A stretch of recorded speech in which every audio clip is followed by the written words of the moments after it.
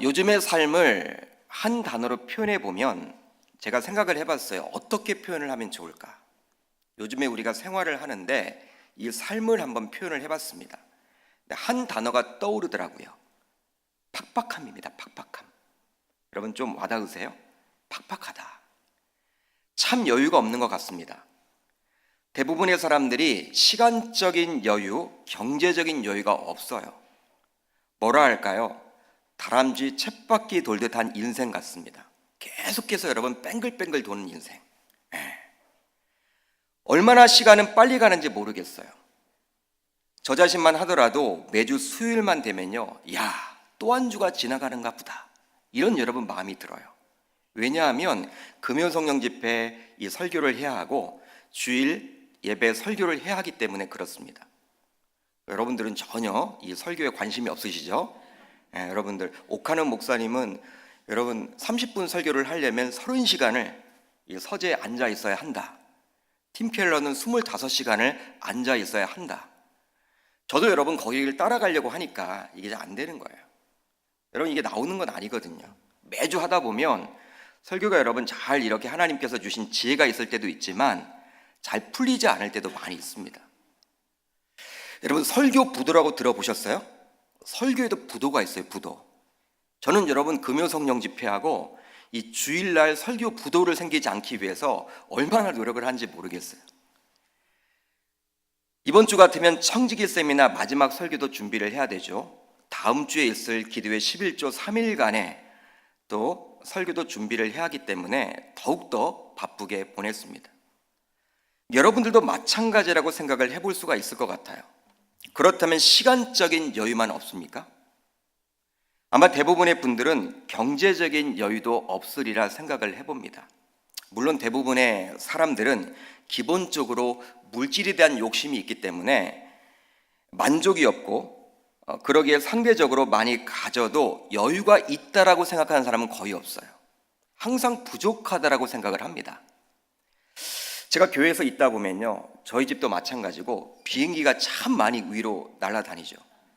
공항에 가까워서 그런지 몰라도 어떤 비행기 다 보여요. 여러분, 야, 이게 대한항공이다, 아시아나항공이다. 참 많이 지나갑니다. 10분에 한 대꼴로 지나가는 것 같은데 어떨 때는요, 이런 휴일 때는 10분도 아니에요. 한 5분에 한 대 정도로 지나가요. 제가 그렇게 살펴봤어요. 왜 이렇게 많이 지나가냐. 제가 깜짝 놀란 게 무엇이냐면 제주도에서 김포공항까지 가는 그 노선이 세계에서 제일 많답니다. 여러분, 미국이 여러분 얼마나 커요.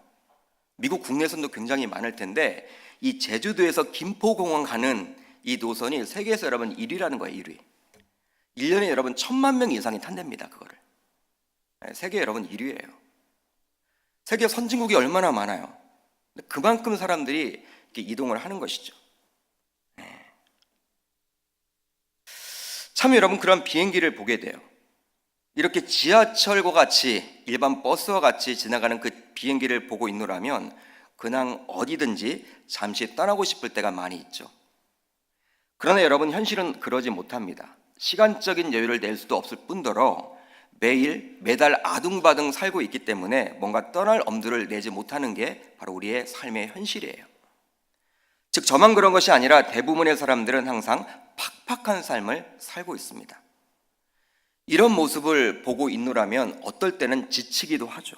야, 지쳐요. 여러분, 좀 떠나고 싶은데 현실은 그러지 못하니까 힘들고 어려운 경우들도 상당히 많이 있습니다. 그러면서 여유가 있는 삶을 꿈꿔보기도 해요. 여유가 생겨서 필요한 사람들에게 충분히 구워줄 수 있는 환경이 되면 좋겠다 생각을 해보기도 하죠. 그러나 현실로 돌아오게 되면 이것은 그냥 소망으로만 남게 됩니다. 우리는 보통 풍요로운 삶, 풍족한 삶을 물질의 영역으로만 좁혀서 생각하는 경우가 참 많은데요. 바울은 우리가 보기에 그리 물질적으로 넉넉한 삶은 아니었음에도 불구하고 세상 누구보다도 풍요로운 삶을 살았음을 우리가 알 수 있어요. 여러분, 바울이 빌 게이츠처럼 큰 부자가 아니었습니다. 항상 여러분들 먹고 사는데 여러분 그도 지장이 있었던 사람이었고요. 선교에 여러분 노력을 했지만 누구의 도움 없이는 제대로 살아갈 수가 없었어요. 실질적으로 도움을 받지 않기 위해서 열심히 노력을 했던 사람이었죠. 풍요로운 사람이었어요. 그러나 실제로 바울은 이렇게 빌립보 교회 성도들에게 고백을 합니다. 자신의 삶을 고백하고 있어요. 빌립보서 4장 11절로 12절을 보면요, 이렇게 나와 있습니다. 내가 궁핍함으로 말하는 것이 아니니라. 어떠한 형편에든지 나는 자족하기를 배웠노니 나는 비천에 처할 줄도 알고 풍부에 처할 줄도 알아 모든 일 곧 배부름과 배고픔과 풍부와 궁핍해도 처할 줄 아는 일체의 비결을 배웠노라. 할렐루야. 바울의 고백이에요. 어떠한 형편에든지 나는 자족하기를 배웠노니. 여러분, 이 구절에 한번 주목을 해보시길 바랍니다. 주목을 한번 해보세요. 바울은 자신의 처한 형편에 상관없이 자족, 즉 스스로 만족함을 배우게 되었다라고 이야기하고 있어요. 배웠다라는 단어의 원어를 보게 되면요, 어떤 여러분 단어냐면 현재 완료형을 사용합니다. 한번 따라합니다. 현재 완료형. 여러분, 현재 완료형 어떤 의미가 있을까요? 여러분, 현재 완료형을 썼기 때문에 바울은 과거부터 현재까지 계속해서 자족하기를 배우고 있다라는 거예요. 과거형으로 쓰여 있지 않습니다. 현재형으로 쓰여 있지 않습니다. 현재 완료형으로 쓰여 있기 때문에 과거부터 지금까지도 계속 배우고 있다라는 거예요. 그만큼 자족이란 굉장히 어렵다라는 것을 알 수 있는 것이죠. 어느 한순간 배울 수 있는 것이 아님을 알 수 있어요. 그 대단한 사도 바울조차도 그리 말하고 있으니 자족은 정말 쉽지 않구나 우리가 깨닫게 되는 것이죠. 아마도 죽음을 맞이할 때까지 평생도록 배워야 하는 것이 바로 이 자족함이라고 저는 생각을 합니다. 왜? 사람은 만족하지 못하기 때문에. 스스로 만족한다는 것은 어쩌면 거의 불가능해요. 그렇기 때문에 평생 우리가 하늘나라 갈 때까지 배워야 하는 것이 바로 이 자족이란 것입니다. 그러니까 훈련을 받아야 하는 것이죠. 빌립보서는 우리가 잘 알다시피 바울이 오간에서 기록한 옥중서신서입니다. 그 오간에서 지금 자족함을 이야기해주고 있어요. 여러분, 감옥 안에서 만족함 있을 수 있을까요? 가능할까요, 여러분? 거의 불가능하지 않습니까? 만족하며 살기가 쉽지 않을 텐데 그곳에서조차도 자족을 이야기하는 사도 바울이다 보니 이 자족이란 것이 갖추기가 참 쉽지는 않지만 굉장한 효과를 거둘 수 있는 것이구나 참 느끼게 돼요. 그러니까 자족함이 확 들게 되면요, 환경에 상관없이 이제 어느 순간이든지 자족한 그 마음을 가지게 된다는 것이죠. 갖기가 어렵지 한번 갖게 되면 이제 자유할 수 있다는 거예요. 그렇다면 바울은 어떻게 이런 자족의 비결을 계속해서 배워나가고 있다고 자신 있게 말할 수 있습니까? 오늘 본문을 보게 되면 빌립보서 말씀을 보게 되면 자족함을 배웠다라고 이야기를 하고 있는데 어떻게 이렇게 자신 있게 이야기를 할 수 있을까요? 무엇 때문에 자신 있게 이야기할 수 있을까요? 바로 빌립보서 4장 13절이죠. 우리 한번 자막을 통해서 같이 읽어보도록 하겠습니다. 시작. 아멘. 내게 능력 주신 자 안에서 내가 모든 것을 할 수 있느니라. 많이 들어봤던 내용이죠. 한마디로 힘의 근원인 주님 안에서 가능함을 그는 고백해주고 있는 거예요. 그러니까 주님 안에서만 가능한 게 바로 자족입니다. 여러분, 우리가 의지를 가지고 여러분 우리의 노력해서 결단함으로 자족하지 못해요. 스스로 만족하지 못합니다. 그러니까 주님 안에 거할 때만 우리가 자족할 수 있는 거예요. 그렇다면 그 힘의 근원인 주님은 과연 어떤 분위기에 그분 안에 머물러 있으면 우리도 그리 자족하며 살게 될까요? 오늘 본문을 통해서 한번 살펴보도록 하겠습니다. 오늘 본문은 제가 2주 전 금요성령 집회 시간에 다룬 본문이에요. 같은 본문입니다. 2주 전에 나오시지 않은 분들은 홈페이지에 가시면 제 설교를 들을 수가 있으니까 꼭 들어보시면 좋을 것 같아요. 연결이 됩니다. 엘리사가 교장으로 있는 신학교에서 공부하던 전도 유명한 한 신학생이 갑자기 죽게 됩니다. 어떤 이유로 죽었는지에 대해서는 이야기를 하고 있지 않아요. 갑자기 급사를 해요. 유족으로는 아내인 사모와 두 아들을 두었죠. 그러니까 교육전도사님이 죽게 된 거예요, 갑자기. 이 신학생이 갑작스럽게 죽게 되었으니 가장 큰 충격을 받았던 사람은 누구이겠습니까, 여러분? 누구일까요? 바로 아내인 사모겠죠. 그런데 이 사모에게 또 한 번의 큰 시련이 찾아왔으니 바로 채권자가 찾아와서 빚을 갚으라는 거예요. 아무래도 학비 때문에 그런지 몰라도 빚을 졌던 것 같아요.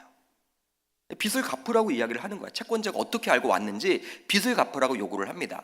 갚지 못하면 어떻게 하겠다라는 거예요? 이 사모에게는 두 아들이 있는데 유족이잖아요.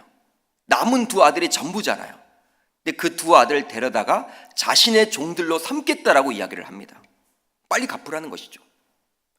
그때 사모는 엘리사를 찾아와서 하나님께 부르짖음으로 그 문제를 해결하려고 하죠. 2주 전 설교가 바로 그 내용이었습니다. 그 내용이었어요. 아마 기억하시죠?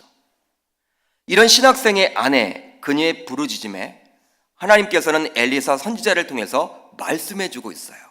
바로 2절부터 4절인데요. 제가 한번 읽어드리겠습니다. 엘리사가 그에게 이르되 내가 너를 위하여 어떻게 하랴? 내 집에 무엇이 있는지 내게 말하랴. 그가 이르되 계집종의 집에 기름 한 그릇 외에는 아무것도 없나이다 하니 이르되 너는 밖에 나가서 모든 이웃에게 그릇을 빌리라. 빈 그릇을 빌리되 조금 빌리지 말고 너는 내 두 아들과 함께 들어가서 문을 닫고 그 모든 그릇에 기름을 부어서 차는 대로 옮겨 놓으라 하니라.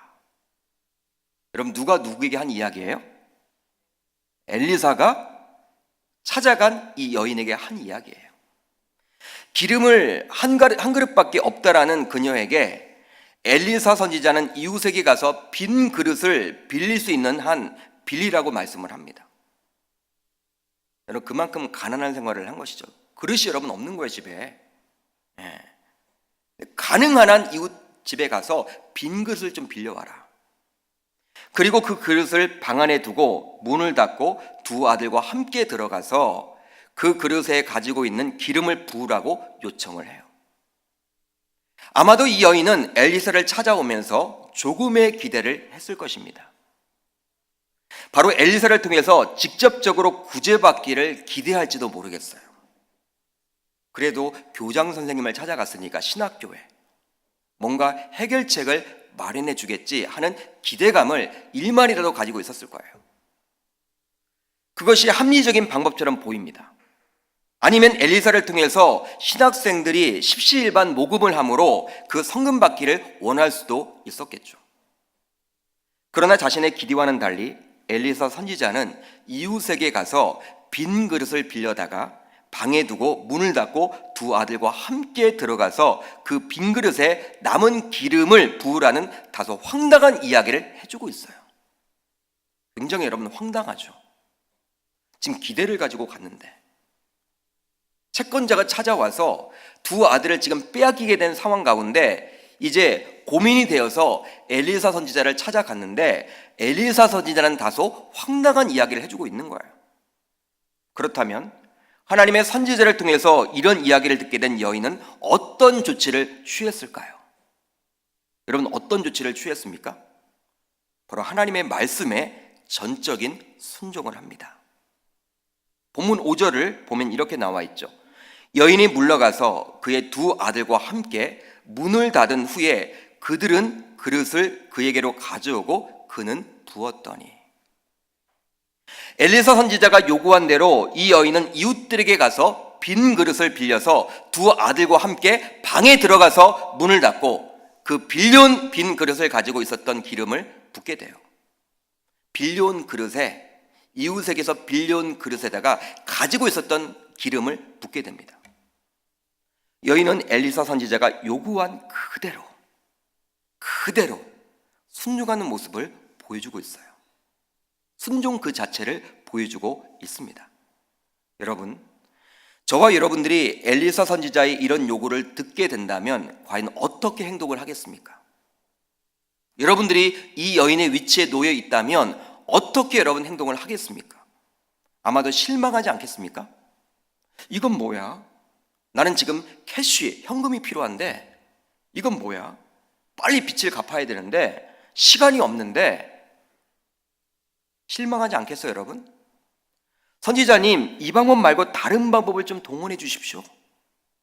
이렇게 말할 수도 있지 않을까요, 여러분? 그런데 5절을 보게 되면 여인은 이웃에게 가서 그릇을 빌려오게 됩니다. 그리고 두 아들과 함께 방 안에 들어가서 문을 닫아요. 또한 빈 그릇에 기름을 붓습니다. 여러분, 꼭 두 아들과 함께 해야 될까요? 여러분, 두 아들과 꼭 함께 해야 돼요? 기름을 붓는 것을 하는 데 있어서 자신만 해도 충분할 텐데 꼭 함께 해야 되는 것입니까? 그리고 방 안에 들어가서 굳이 방문을 닫을 필요가 있는 것입니까? 여러분, 그렇게 생각하지 않으세요?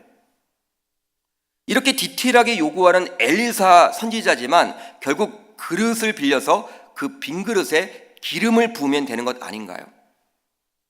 결론적으로 말하면 방문을 닫고 두 아들과 가고 그게 중요한 것이 아니라 그릇을 빌려와서 그 그릇에다가 기름을 부으면 여러분 되는 것 아니에요?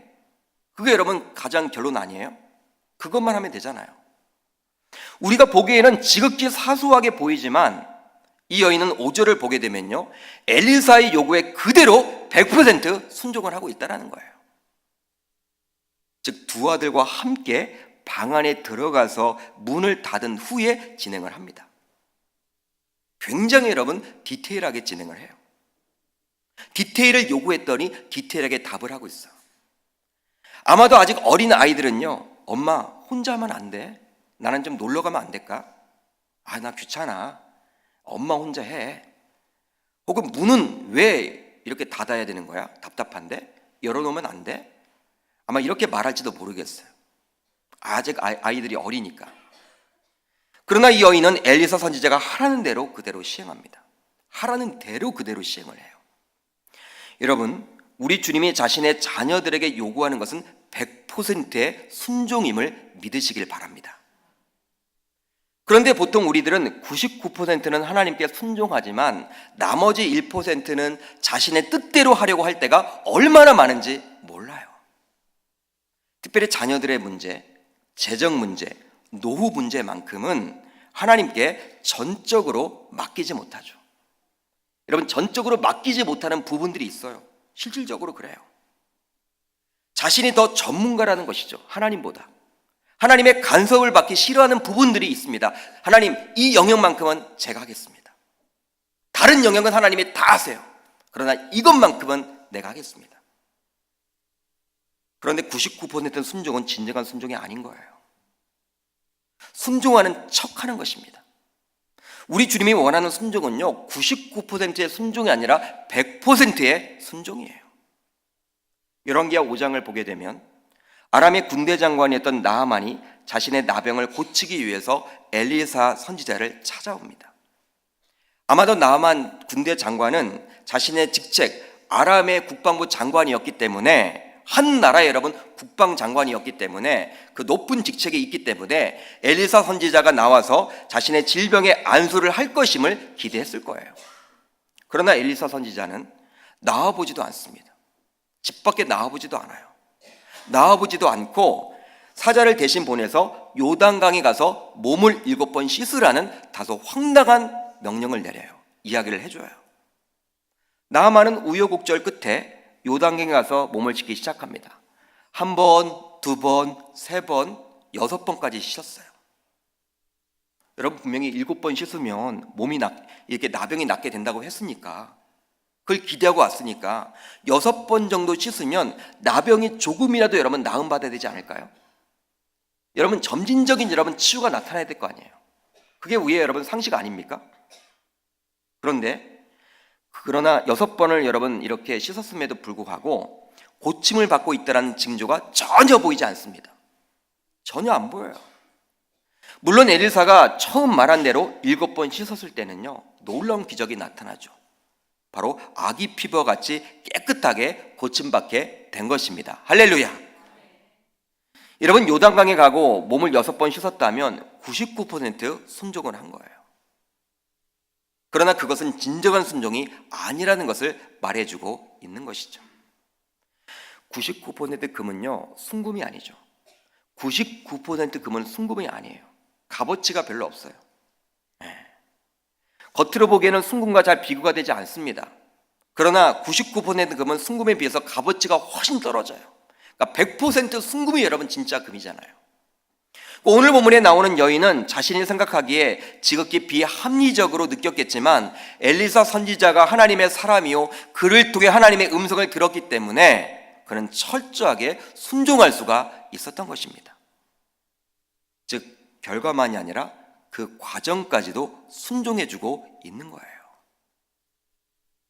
보통 우리는 큰 틀에서만 순종하는 경우가 참 많은데 오늘 본문에 나오는 이 여인은 그 과정까지도 철저하게 순종해주고 있는 것입니다. 이것이 바로 여러분 무엇이에요? 100% 순종이에요. 100% 순금과 같은 순종이에요. 사무엘상 15장 22절을 보면 순종이 제사보다 낫고 듣는 것이 수장의 기름보다 나으니 라고 나와요. 한번 따라합니다. 순종이 제사보다 낫고 듣는 것이 수장의 기름보다 나으니. 굉장히 중요한 것이죠. 순종이 제사보다 낫다. 여러분 아무리 여러분 100번, 1000번, 10,000번 예배에 여러분 참석한다 할지라도 하나님 말씀 순종하는 게 훨씬 여러분 값어치가 있다는 거예요. 순종 없이 아무리 예배를 여러분 참석한다고 해도요, 그건 세상의 여러분 종교랑 마찬가지예요. 내가 생각하기에 아무리 비합리적이요 비이성적으로 보여도 하나님의 말씀이기 때문에 우리는 순종해야 하는 거예요. 하나님의 말씀이니까. 왜냐하면 하나님은 우리를 뛰어넘는 분이기 때문입니다. 피조물인 우리 인간이 창조주의 큰 뜻을 어떻게 알아나갈 수가 있겠습니까? 여러분 어린 아이들이 부모의 마음을 다 알아요. 여러분 3살, 4살짜리 아이가 여러분 부모의 마음을 다 압니까? 모릅니까? 모르죠. 여러분 모르죠. 여러분 아이가 계속해서 여러분 사탕을 달라고 하면 부모가 줍니까? 안 줍니까? 안 주죠. 당연히 여러분. 계속 주면 부모가 아니에요. 계모예요. 여러분 계모. 진짜 부모는 안 줘요. 한두 개 주고 여러분 이제 안 줘요. 그날. 네. 왜? 몸에 해로우니까. 여러분 3살짜리 4살짜리 아이는요 안 주는 그 부모의 마음을 알아요. 여러분? 몰라요. 섭섭하죠. 여러분 이제 여러분들의 문제를 하나님께 가지고 나가서 기도해 나갈 때 마음에 감동이 있거나 하나님의 음성을 듣게 된다면 여러분들은 그것에 전적으로 순종할 수 있기를 주의 이름으로 축복합니다. 내 이성적인 사고와 다소 맞지 않더라도 하나님의 말씀이기에 순종하겠다라는 믿음의 결단을 이 밤 해볼 수 있기를 바라요. 여러분 해봐야 돼요. 그게 여러분 믿음의 결단입니다. 여러분 이 금요성령 집회는요 여러분 우리가 수술하는 시간이에요. 수술하는 시간. 우리의 영을 수술하는 시간이에요. 수술대 위에 올라갔어요. 여러분 한 주간 동안 여러분들이 삶 속에서 찌들었던 죄악을 지었던 죄 속에서 살았던 우리의 영혼을 지금 하나님의 말씀 가운데 기도 가운데 찬양 가운데 수술하는 시간이에요.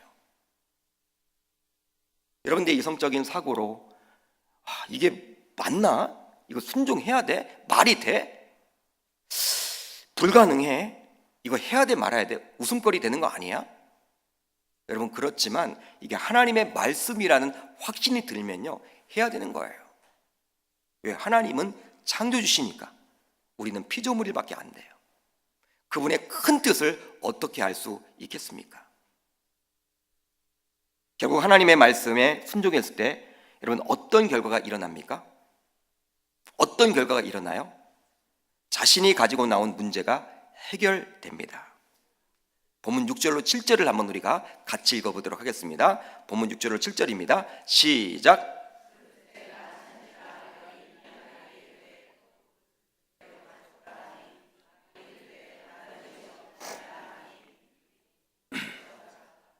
그 여인이 하나님의 사람에게 나아가서 말하니 그가 이르되 너는 가서 기름을 팔아 빚을 갚고 남은 것으로 너와 내 두 아들이 생활하라 하였더라. 아멘. 처음에 채권자가 빚을 갚지 않는다고 두 아이를 데려가서 종으로 만들려고 했죠.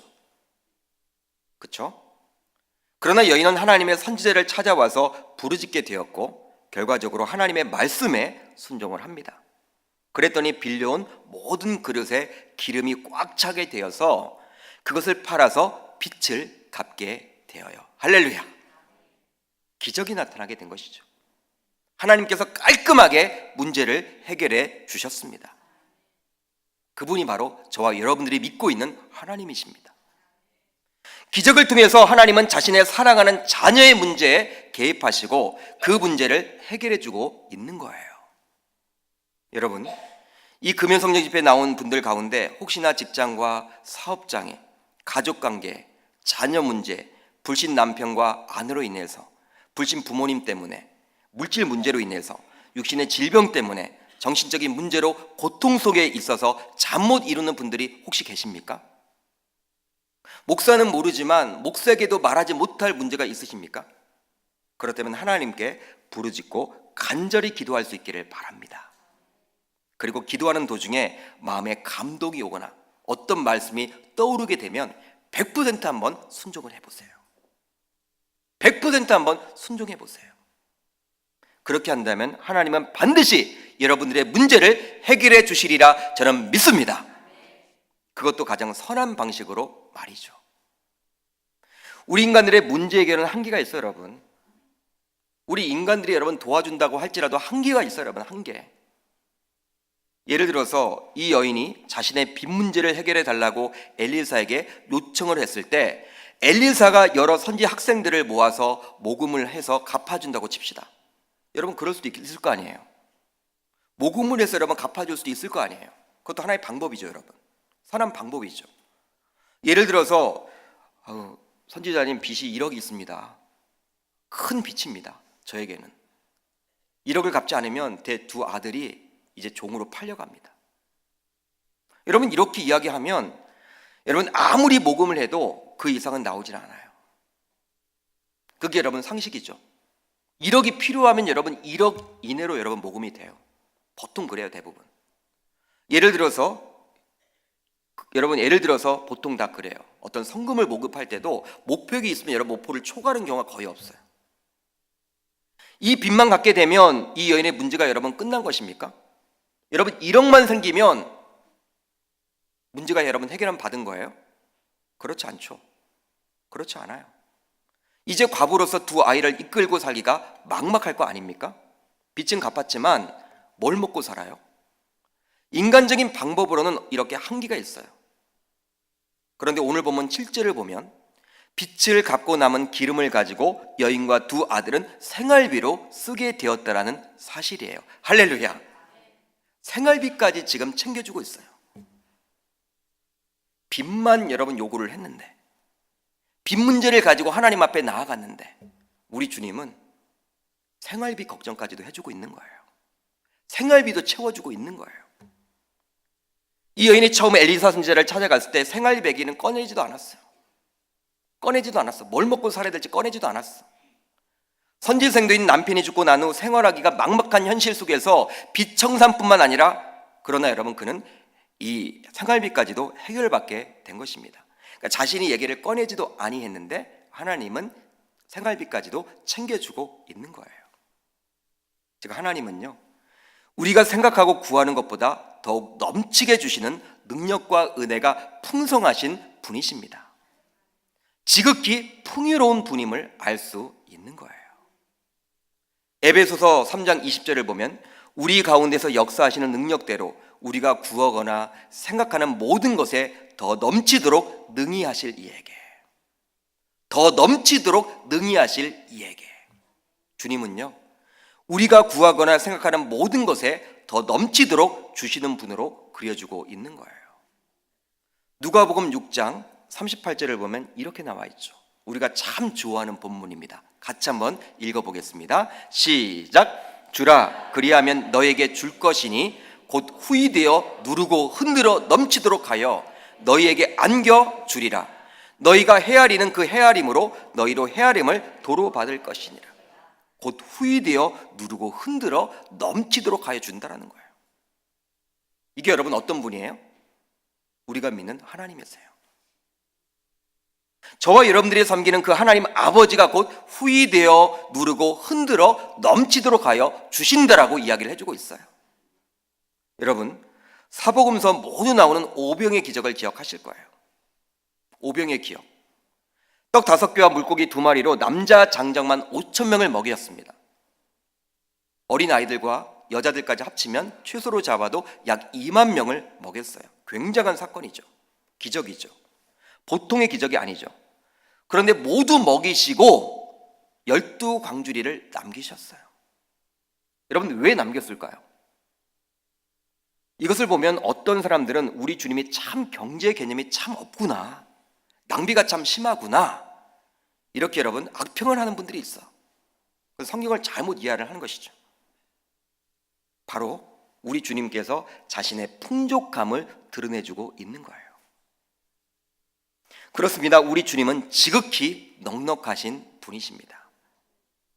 풍족하신 분이세요. 풍요로운 분이세요.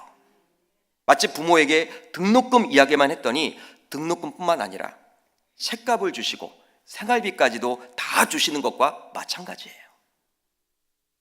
그러게 우리는 주님을 통해서 기적을 넘어 풍요를 맛봐야 하는 것입니다. 우리네 삶이 아무리 팍팍할지라도 우리 주님만큼은 풍족하고 풍요로우신 분임을 알 수 있는 것이죠. 그러게 그분을 붙들고 살게 되면 우리는 그 팍팍함을 넉넉하게 이겨내리라 저는 믿습니다. 이제 말씀을 정리해 보려고 해요. 현실을 보면 여유가 없이 팍팍함만 보이지만 이런 팍팍함 속에서도 저와 여러분들은 예수 그리스도를 믿는 신자이기 때문에 이런 팍팍함을 믿음으로 이겨내야 하는 것입니다. 여러분, 신문을 보게 되면, 언론 매체를 보게 되면 요즘 경제가 어떻다고 그래요? 굉장히 여러분 위축되어 있어요. 힘들어요.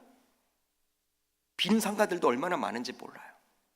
상가가 뿐만 아니라 정말 여러분 어려운 것 같아요. 이 IMF보다 여러분 더 어렵다는 거예요. 안 돼요, 여러분, 안 돼. 잘 되는 곳이 없어요, 여러분들. 바로 주님이 풍요로운 분위기에 여러분 가능한 것이죠. 따라서 우리는 문제가 있을 때 기도하고 말씀에 순종함으로 주님이 주시는 그 기적 넘어 풍족함을 맛봐야 될 줄 믿습니다. 주님은 풍요로운 분이시기 때문에 그 주님의 핏값으로 세우신 교회도 주님의 뜻대로 행하기만 한다면 풍요로운 주님께서 항상 넉넉하게 채워주시리라 저는 믿습니다. 여러분, 교회가 가장 중요한 게 무엇이냐면 헌금이 줄어들까 그 걱정하기보다는 정말 건강한 교회가 되기 위해서, 주님이 기뻐하시는 교회가 되기 위해서 앞장서 나가야 하는 거예요. 왜? 교회의 주인은 누구입니까? 주님이에요, 주님. 우리 인간이 아니에요. 그분이 채워주시는 거예요.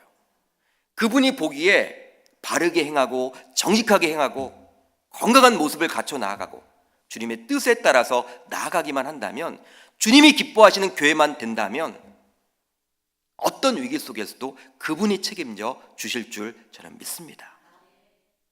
그렇기 때문에 우리의 초점은 항상 주님의 마음을 알아나가는 데 있어야 하는 거예요. 어떻게 하면 주님을 기쁘시게 할까? 이런 주님의 풍요로움 속에서 삶의 팍팍함을 이겨내는 저와 여러분들 모두 다 되시기를 주의 이름으로 축복합니다.